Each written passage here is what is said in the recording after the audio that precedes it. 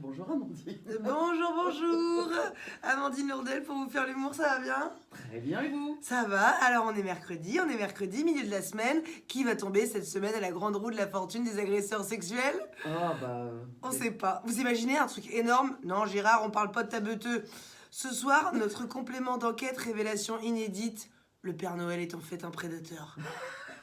Il a au cul de son traîneau 18 plaintes pour agression, 22 pour viol, dont 16 sur mineurs. Mais ne vous inquiétez pas, car grâce à la présomption d'innocence, mais surtout à notre culture du viol bien de chez nous, il pourra tout de même, à l'instar de l'homme pâle et Harry l'habitant, effectuer sa tournée cet hiver. Ah, chouette. D'ailleurs, si on pense, tout ce folklore autour du Père Noël, c'est plus très contemporain, je trouve. Tu sais, savoir qu'il y a un vieux type blanc à l'hygiène douteuse qui s'introduit chez toi par un conduit que personne n'emprunte normalement. Il peut pas sonner comme tout le monde, le mec. Je veux dire, à l'ère du post-MeToo, je trouve que ça colle plus à l'époque. Hein, tu me diras, à Noël, on fête bien l'anniversaire d'un type mort il y a 2000 ans sur une croix pour nous sauver. Allons-y, quoi. Je veux dire, allons fêter ça dans la plus grande organisation mondiale pédophile. Ah bah, c'est déjà fait. Bah si, la fameuse messe de minuit. Oh. Non, je me dis, ce qui serait vraiment marrant, hein, parce que parfois, au point où on en est, je veux dire, allez-y, hein, c'est comme l'écologie, à un moment, là j'ai regardé les débats de la COP28, tu te dis, ok, donc si personne n'y met de la bonne volonté, on n'a qu'à y aller, mais on y va vraiment, hein, comme moi en soirée. Moi, en soirée, quand je sens qu'en termes d'alcool, à un moment, j'ai dépassé le point de non-retour, demain ne sera pas une bonne journée, j'y vais à fond, tu vois. Je dis au barman, enflamme-moi le shot directement dans la bouche, hein, que l'odeur du cochon grillé de ma moustache recouvre celle du poids de l'existence. Et après, on rentre en ambulance, on fait les choses bien, quoi. Je veux dire, foutu pour foutu, mais saccageons ce qui nous reste. Là, la COP28 me donne envie de me démaquiller à l'entrecôte, de fumer des Tampax, de faire des partous dans des hectolitres de chocolat issus de cacao ramassés par des enfants ghanéens épuisés sous le poids des chocs à pic de notre médiocrité. Non, ce qui serait vraiment marrant, c'est que le 24 février, l'Académie des Césars remette un César d'honneur pour l'ensemble de sa carrière à Gérard Depardieu. Ah bah oui.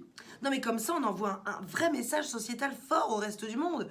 Je veux dire, en plus d'inviter Woody Allen à tourner ses films en France et Emmanuel Seigné au 7 à 8 pour expliquer que son mari est une victime de ces animaux de péché qu'on appelle les femmes, les menteuses, les femmes sont des menteuses. Ah, n'empêche, tu es un mec connu en ce moment, en temps normand, tu dois faire le bilan. Tu vois. Surtout si t'as connu le pré-MeToo. Il y en a deux, trois qui doivent se dire... J'aurais pas mis une main au cul à une stagiaire à la fête Noël 86, moi. Ils doivent s'échanger des souvenirs pendant leur partie de tennis.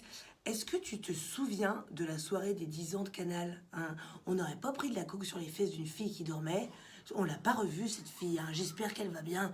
Attends, parce que moi j'ai le souvenir d'une pipe pendant une soirée blanche de ce bon vieux Barclay Saint-Tropez 92. Je suis pas sûre que la nana en avait très envie à la base, hein. Je me souviens m'être cogné le casse 2-3 fois sur ses incisives.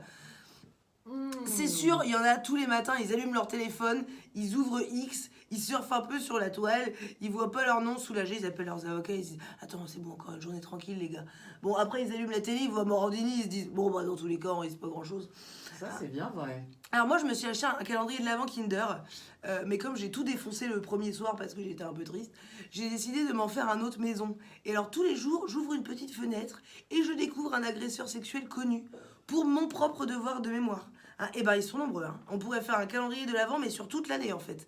Hein, et dans mon calendrier, ils sont derrière une petite fenêtre, mais dans la vie, ils sont en liberté. Parce que les femmes sont des menteuses. Alors, je vous fais juste la première semaine de mon super calendrier de l'Avent que j'ai fait moi-même. Lundi, PPDA, sans suite. Mardi, Luc Besson, sans suite. Mercredi, Gabriel Masneff, sans suite. Jeudi, Olivier Duhamel, sans suite. Vendredi, Richard Berry, sans suite. Samedi, Nicolas Hulot, sans suite. Dimanche, Gigi Bourdin, sans suite. Parce que les femmes sont des menteuses et qu'on le vaut bien. À vous les studios, merci beaucoup.